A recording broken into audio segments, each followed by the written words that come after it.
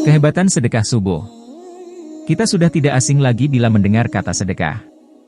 Sedekah sendiri bertujuan untuk membersihkan harta, serta dapat melipat gandakan harta atau rezeki. Bila yang mengamalkan mendapat pahala, dan bagi yang tidak mengerjakan, tidak mendapat dosa. Sedekah pun dapat dilakukan kapan dan dimanapun berada, tidak mengenal waktu dan tempat. Sedekah subuh adalah di mana saat yang tepat untuk kita bersedekah, akan ada dua malaikat yang akan mendoakan kita. Dari sekian banyak waktu untuk bersedekah, waktu yang paling istimewa adalah di waktu subuh. Mengapa subuh? Kenapa tidak zuhur atau asyar?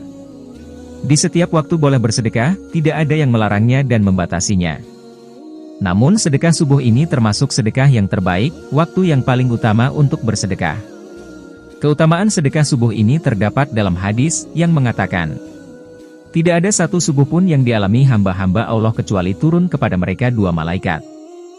Salah satu di antara keduanya berdoa, "Ya Allah, berilah ganti bagi orang yang berinfak," sedangkan yang satunya lagi berdoa, "Ya Allah, berilah kerusakan bagi orang yang menahan hartanya."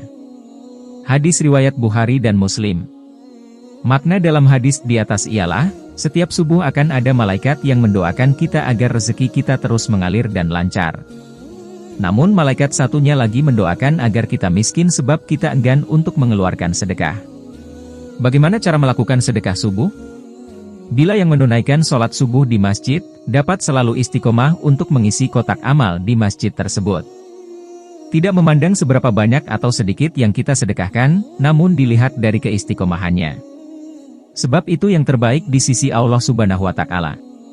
Ketika kita niat dan sungguh-sungguh dalam meminta, Allah pasti akan kabulkan. Niatkan dengan khusyuk ketika kita ingin bersedekah, misal, "Ya Allah, dengan sedekah ini, aku ingin terbebas dari hutang dan dilancarkan rezekiku." Sedekah di waktu subuh ini berbeda dengan waktu lainnya.